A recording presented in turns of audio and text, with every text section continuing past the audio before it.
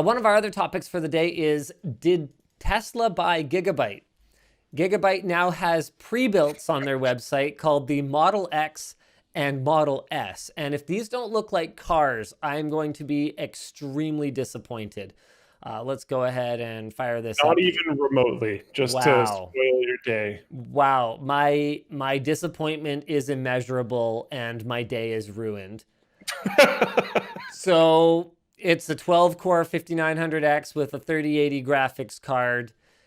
Where's my gull wing doors? Okay, hold on a second. Design concept. We looked at a car and we got as far as the name, and then we got bored and made a computer case. Got it. Thank you. Okay, air in the front and out the top and the back. That's an innovation. RGB, that's new. Expansion. Okay, in all seriousness, it looks fine. It's just, why is it called the Model X? Why is it not, though? Like, that's what, like, does it matter? I don't know. Okay, fine. X has been done for years in the PC X hardware and space. S have both been done in the PC hardware space. When has S been done? Okay, maybe that's more of a car thing. Oh yeah, cars, S whatever, S class, S has whatever. been on the end of NVIDIA stuff sometimes, because there's been GT, GTX, GTS. Okay, all right, that's true, but I think it's definitely not very common. I think the GT was like the kind of the performancey part, and then X was just like X for extreme, and then S is just like, oh crap. Okay, but less extreme than that, Super or Supreme or whatever you want to call it. Now, for my part, if I was looking at sort of the design story of these, I would go, how did this end up being called Model S? Because it looks just like an Xbox Series X. Yeah, that's actually a good point. Flip the names around, guys, to do better. Yeah, come on, guys. Oh, hold on. Actually, hold on. There we go. So it uses the same Someone in the chat pointed out Xbox Series S. Yeah. Xbox Series S. That's true. Samsung Galaxy S, 2070S. Define okay, S. 2070S is short for super, and the S is for silent in the Define S. This is pretty cool. So they've managed to rip off the name of a Tesla car, the form factor of a Microsoft game console, and the cooling of the Mac trash can. It's not triangular, so it's only like a sandwich style from two sides.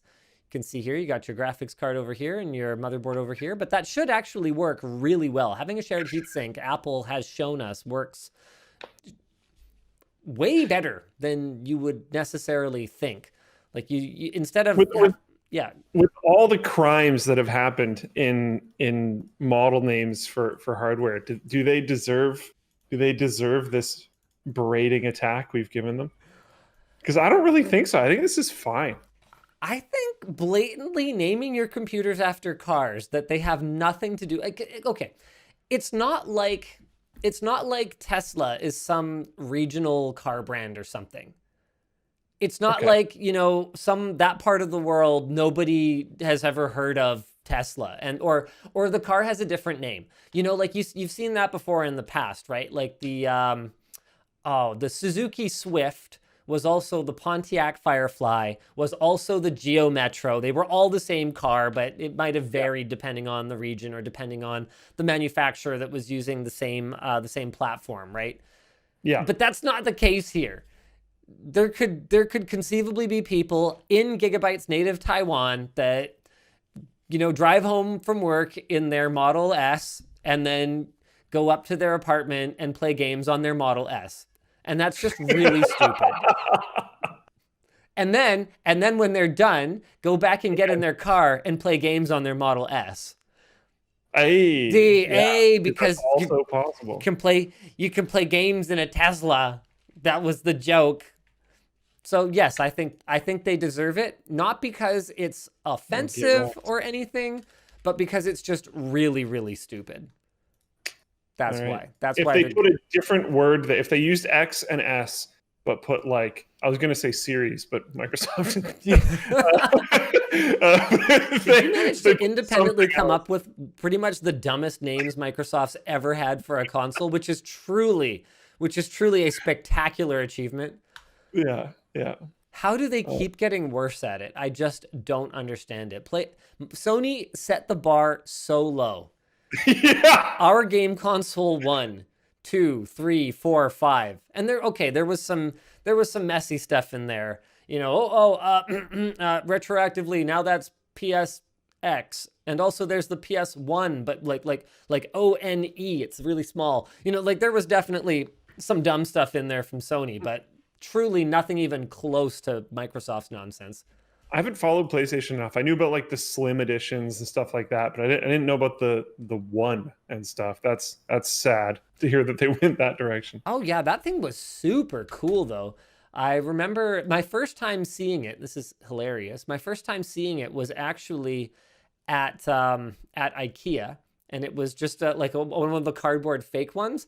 And I had only ever seen it online, so I didn't realize like how small it is. But here I'm showing my display capture. Oh right, I forgot about the one with the built-in display, the PS1 I combo. just found that. Yeah, what the heck? That's kind of awesome. Yeah, and man, that thing was super cool. Like, there's the PS1 combo right next to a controller, which gives you a really good idea of the scale of it.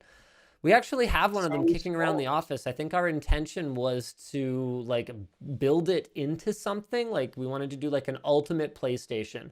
And it was just going to have like all the PlayStations built into one chassis. Because you don't even have to have that many of them. You just have to have a PS3 with the hardware backwards compatible. So one of like backwards Okay. Yeah. compatibilities, one of the launch PS3s, and then a PS4 and a PS5 all cooked into one thing. But this was pre PS5, so it was just going to be 2 boxes.